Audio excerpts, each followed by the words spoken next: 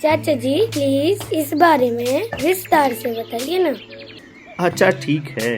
छठ पूजा 4 दिन तक मनाया जाने वाला त्योहार है, जिसकी शुरुआत चैत्र या कार्तिक शुक्ल चतुर्थी को और समाप्ति कार्तिक शुक्ल सप्तमी को होती है।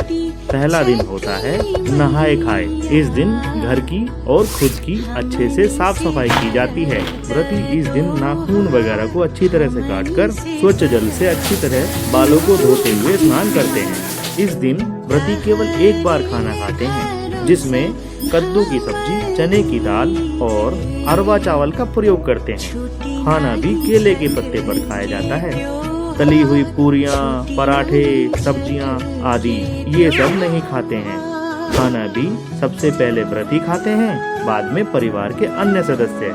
व्रती के सोने का बिस्तर भी साफ सुथरा और जमीन पर पूजा वाले घर में ही बिछाया जाता है।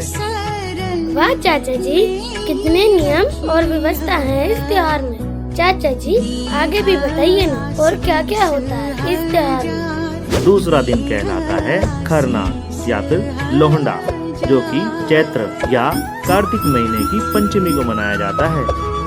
चाचा क्या ये पंचमी वाला दिन 1-2 दिन के बाद आता है? नहीं बेटा, ये 4 दिन लगातार एक साथ आते हैं। शाम को चावल और गुड़ या गन्ने के रस का प्रयोग कर खीर बनाया जाता है। खाना बनाने में नमक और चीनी का प्रयोग नहीं किया जाता है और घर के अन्य सदस्य भी प्याज और लहसुन जैसे किसी भी तामसिक भोजन का सेवन नहीं करते हैं। रोटी और खीर, इन्हीं 2 चीजों को सूर्य देव को चढ़ाकर एकांत में उसे खुद भी ग्रहण करते हैं। इस दिन व्रती अन्न तो दूर की बात है, सूर्यास्त से पहले पानी की एक बूंद तक ग्रहण नहीं करते हैं। परिवार के अन्य सदस्य व्रती के प्रसाद ग्रहण करने के समय घर से बाहर चले जाते हैं, ताकि कोई भी शोर ना हो सके। एकांत में खाते समय व्रती का किसी भी तरह की आवाज को सुनना पर्व के नियमों के विरुद्ध है। प्रसाद खाकर व्रती अपने सभी परिवारजनों एवं मित्रों रिश्तेदारों को वही खीर रोटी का प्रसाद खिलाते हैं। इस संपूर्ण प्रक्रिया को खरना कहते हैं। चावल का पिट्ठा व घी लगी रोटी भी प्रसाद रूप में वितरित की जाती है। इसके बाद अगले 36 घंटों के लिए व्रती निर्जला व्रत रखते हैं। मध्य रात्रि को व्रती छठ पूजा के लिए विशेष प्रसाद ठेकुआ बनाती हैं। चाचा जी क्या ये व्रत केवल महिलाएं रखती हैं? नहीं बेटा, इस व्रत को महिला या पुरुष कोई भी रख सकता है। अच्छा चाचा, फिर तीसरे और चौथे दिन का भी बताओ ना। हाँ बता रहा हूँ, पर तू इतना उत्साहित क्यों हो रहा है ये सब जानने को? चाचा जी मैं इस महान व्रत और त्योहार को अच्छे से जानना चाहता हूँ। सुना है जो इस व्रत का पालन करता है, छठी मैया उसकी मुश्किल से मुश्किल मनोकामनाएं भी पूरी कर देती है। मेरा एक दोस्त तो छठी मैया के आशीर्वाद से ही पैदा हुआ था। अच्छा? हाँ, उसके मम्मी पापा बताते हैं उनके कोई भी संतान नहीं थी। तब उसकी मम्मी ने छठी मैया का व्रत रखा और छठी मैया के आशीर्वाद से उन्हें संतान प्राप्ति हुई। मतलब मेरा दोस्त पैदा हुआ था। हाँ बेटा, छठी मैया के आशीर्वाद से कितनों का ही उद्धार हुआ है। तभी तो इनकी इतनी मान्यता केवल बिहार में ही नहीं बल्कि देश के सभी हिस्सों में फैली हुई है।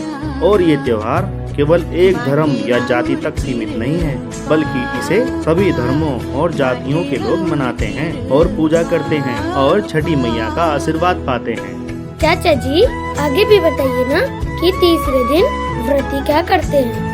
छठ पर्व का तीसरा दिन इसे संध्या अर्घ्य के नाम से जाना जाता है। चैत्र या कार्तिक शुक्ल षष्ठी को मनाया जाता है।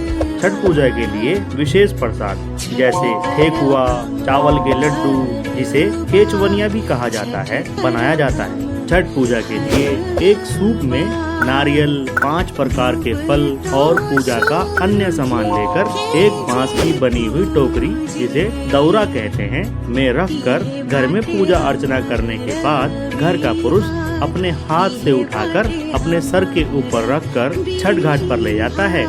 छठ घाट की तरफ जाते हुए रास्ते में प्रायः महिलाएं छठ का गीत गाते हुए जाती हैं।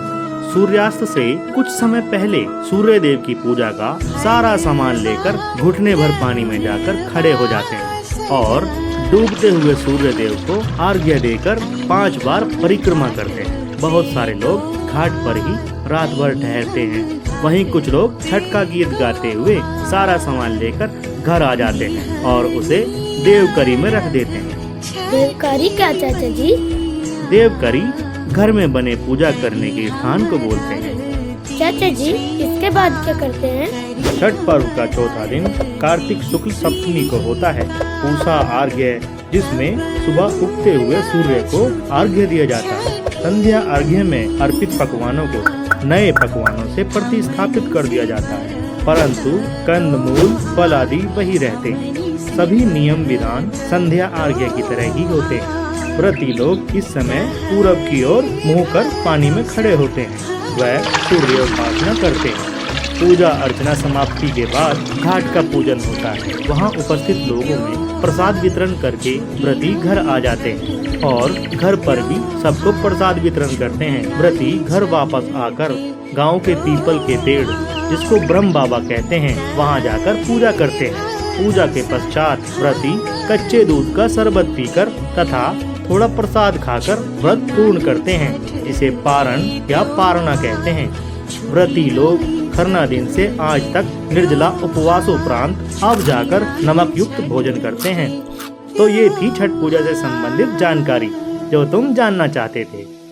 वाह चाचा जी, मजा आ गया। बहुत सही जानकारी दी आपने, वरना मैं तो छठ पूजा के विषय में सही से जान ही नहीं पा रहा था। कोई सही से बता ही नहीं पाता था या फिर बताना नहीं चाहता था। बेटा, उगते हुए सूरज की तो दुनिया पूजा करती है, मगर यही एक ऐसा त्योहार है जिसमें डूबते सूरज की भी पूजा की जाती है। बिल्कुल सही कहा चाचा जी। तो फिर मेरे साथ तुम भी बोलो, छठी मैया की जय हो। छठी मैया की जय हो।